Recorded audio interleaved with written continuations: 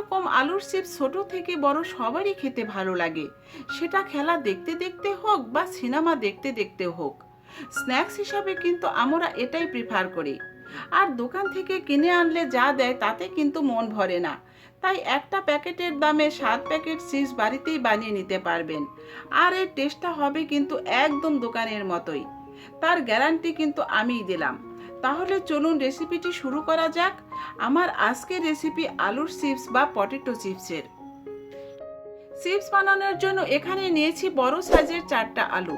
এবার আলুগুলো আমি পিল করে নেব। পটেটো চিপস বানানোর জন্য অবশ্যই এই রকম বড় আলু নিতে হবে, তাহলে চিপসগুলো অনেক বড় বড় হবে, তখন দেখতেও ভালো লাগবে আবার খেতেও ভালো লাগবে। আলুগুলো আমার পিল করে নেওয়া হয়ে গিয়েছে। এবার আলুগুলো আমি স্লাইস করে নেব। এর জন্য পানি ভর্তি একটা বাটি নিতে হবে।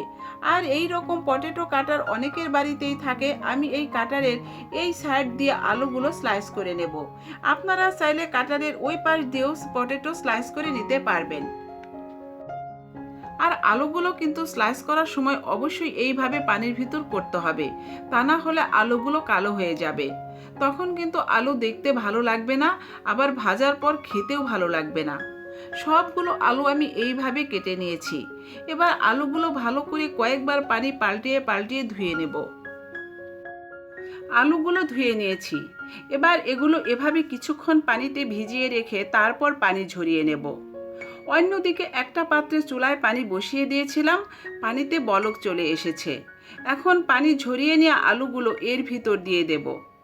অন্যদিকে একটা বলে নিয়ে নিচ্ছি ফ্রিজের একদম ঠান্ডা পানি। এই পানি নেওয়ার রিজনটা একটু পরে বলছি। আলুগুলো খুব বেশি সিদ্ধ করা যাবে না, বলক আসার জাস্ট 1 মিনিটের মধ্যে এগুলো তুলে নিয়ে ওই যে ফ্রিজের ঠান্ডা পানি নিয়েছিলাম তার ভিতর দিয়ে দেব। কুকিং সিস্টেম বন্ধ করার জন্য এই ঠান্ডা পানির ভিতর আলুগুলো দিতে হবে, তা না হলে আলু বেশি সিদ্ধ হয়ে ভেঙে ভেঙে যাবে, তখন চিপসগুলো দেখতে একদমই ভালো লাগবে না। এইভাবে কিছুক্ষণ ঠান্ডা পানিতে ডুবিয়ে রেখে তারপর পানি ঝরিয়ে নেব। এখানে আমি একটা টাওয়াল ফ্যানের নিচে বিছিয়ে নিয়েছি। এবার স্লাইস করে নেওয়া আলু একটা একটা করে টাওয়ালের উপর নিয়ে নেব। একটু ফাঁকা ফাঁকা করে রাখতে হবে যাতে একটার সাথে আর একটা লেগে না থাকে। আমি এগুলো ফ্যানের বাতাসেই উপরের এক্সট্রা পানি শুকিয়ে নেব। রোদে শুকানোর কোনো দরকার নেই। আমি এগুলো রেখে দেব 1 ঘন্টার মতো। মাঝখানে শুধু একবার উল্টিয়ে দেব। আলুর এই স্লাইসগুলো কিন্তু রোদে দিয়ে একদম শুকিয়ে নেওয়া যাবে না, সেক্ষেত্রে স্লাইসগুলো কুকড়ে যাবে, তখন ভাজলে এত সুন্দর দেখাবে না। এগুলো এভাবে শুকানো হতে থাক। এবার আমি চলে যাব চিপসের জন্য একটা মশলা বানাতে।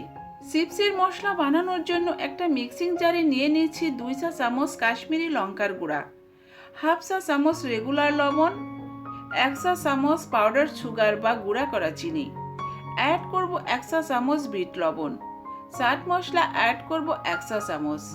বাইরের চিপসের ভিতর যেমন একটু টকটক ভাব থাকে, সেই টকটক ভাব আনার জন্য দেব 1/2 চা চামচ সাইট্রিক অ্যাসিড।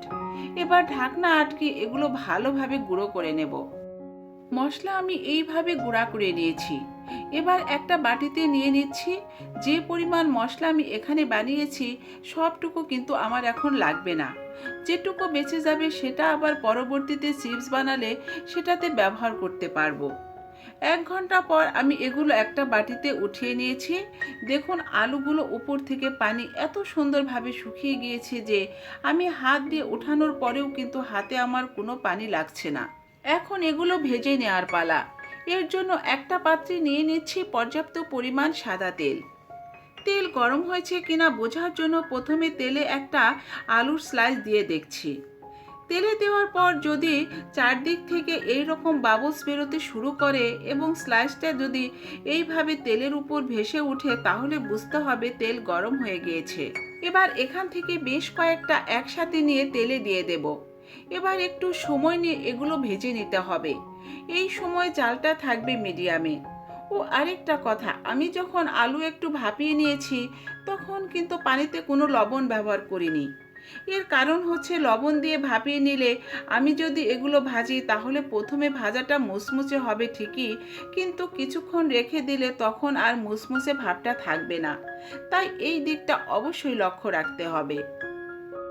আলুগুলো কাটার পর অবশ্যই একটু ভাপিয়ে নিতে হবে, কারণ ফ্যানের বাতাসে যখন এগুলো শুকাতে যাবেন তখন কিন্তু এগুলো কালো হয়ে যাবে, কিন্তু ভাপিয়ে নিলে তখন কিন্তু আর এমনটা হবে না।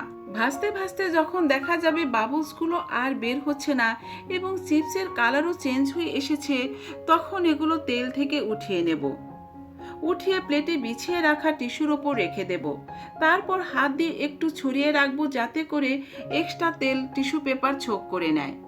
যদিও চিপস ভাজার পর খুব একটা তেল এর গায়ে লেগে থাকে না, যতটুকু থাকে ততটুকুই যেন টিস্যু পেপার ছোপ করে নেয়, এর জন্যই রাখা। তো এইভাবে সবগুলো চিপস আমি ভেজে নেব। এখানে আমি অনেকগুলো চিপস ভেজে নিয়েছি। দেখুন টিস্যু পেপারে কিন্তু সেইভাবে কোনো তেল লেগে নেই, দেখে নিশ্চয়ই বুঝতে পারছেন। এবার এগুলো একটু ঠান্ডা করে নিয়ে একটা বলে নিয়ে নিচ্ছি। এখন বানিয়ে রাখা সেই চিপসের মশলা এগুলোর ওপর ছড়িয়ে দেব।